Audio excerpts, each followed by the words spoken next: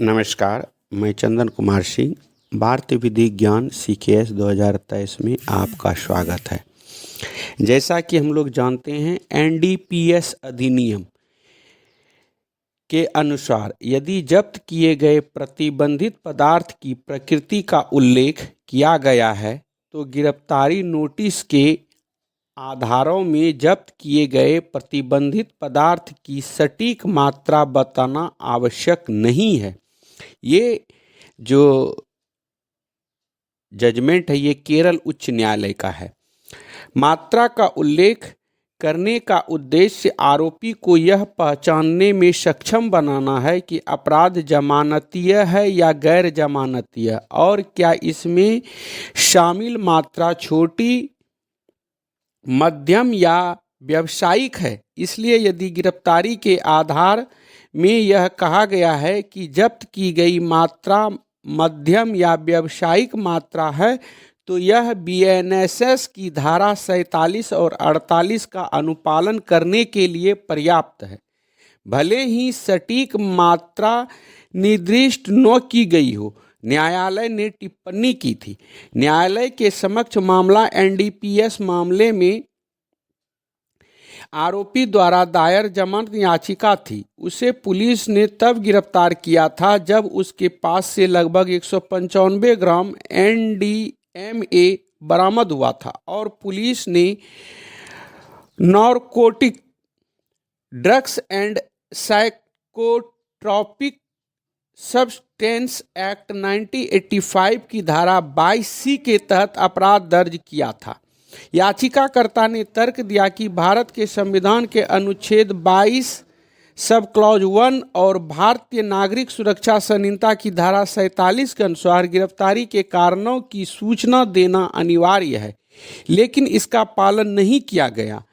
उन्होंने तर्क दिया कि उनकी गिरफ्तारी अवैध थी और इसलिए उन्हें जमानत पर रिहा किया जाना चाहिए।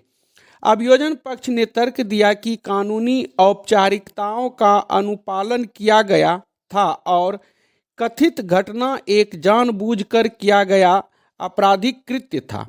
न्यायालय ने गौर किया कि प्रथम दृष्टया याचिकाकर्ता को अपराध से जोड़ने वाले साक्ष्य मौजूद हैं, लेकिन उसने गिरफ्तारी के कारणों को संप्रेषित करने के आदेश के अनुपालन न होने के प्रश्न पर विचार किया।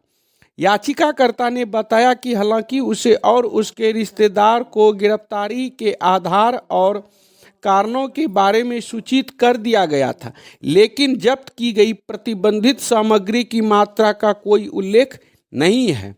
हालांकि न्यायालय ने गौर किया कि नोटिस में यह स्पष्ट रूप से बताया गया है कि जब्त की गई मात्रा व्यावसायिक मात्रा थी और चूंकि मात्रा का उल्लेख करने का मूल उद्देश्य ही आरोपी को यह जानने में सक्षम बनाना था कि अपराध जमानतीय है या नहीं और मात्रा की प्रकृति क्या है, इसलिए न्यायालय ने महसूस किया कि सटीक मात्रा निर्दिष्ट करने की कोई आवश्यकता नहीं है। न्यायालय ने पाया कि याचिकाकर्ता और उसके रिश्तेदारों को गिरफ्तारी के कारणों की विधिवत सूचना दे दी गई थी, अतः न्यायालय ने जमानत याचिका खारिज कर दी। केस संख्या BA संख्या 1388 वर्ष 2026। केस का शीर्षक अरुण कुमार P बनाम केरल राज्य और अन्य के ये मामला है।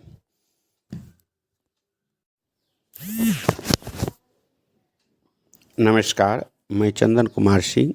भारतीय विधि ज्ञान CKS 2023 में आपका स्वागत है।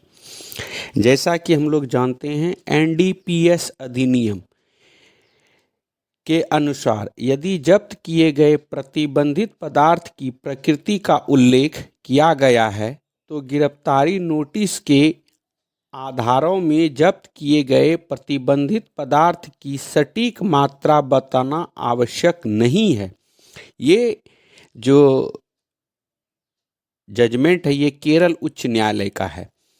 मात्रा का उल्लेख करने का उद्देश्य आरोपी को यह पहचानने में सक्षम बनाना है कि अपराध जमानतीय है या गैर जमानतीय और क्या इसमें शामिल मात्रा छोटी, मध्यम या व्यावसायिक है। इसलिए यदि गिरफ्तारी के आधार में यह कहा गया है कि जब्त की गई मात्रा मध्यम या व्यावसायिक मात्रा है तो यह बीएनएसएस की धारा 47 और 48 का अनुपालन करने के लिए पर्याप्त है, भले ही सटीक मात्रा निर्दिष्ट न की गई हो। न्यायालय ने टिप्पणी की थी। न्यायालय के समक्ष मामला एनडीपीएस मामले में आरोपी द्वारा दायर जमानत याचिका थी। उसे पुलिस ने तब गिरफ्तार किया था जब उसके पास से लगभग 195 ग्राम एनडीएमए बरामद हुआ था और पुलिस ने narcotic drugs and psychotropic substance act 1985 की धारा 22C के तहत अपराध दर्ज किया था। याचिकाकर्ता ने तर्क दिया कि भारत के संविधान के अनुच्छेद 22 सब क्लॉज 1 और भारतीय नागरिक सुरक्षा संहिता की धारा 47 के अनुसार गिरफ्तारी के कारणों की सूचना देना अनिवार्य है, लेकिन इसका पालन नहीं किया गया।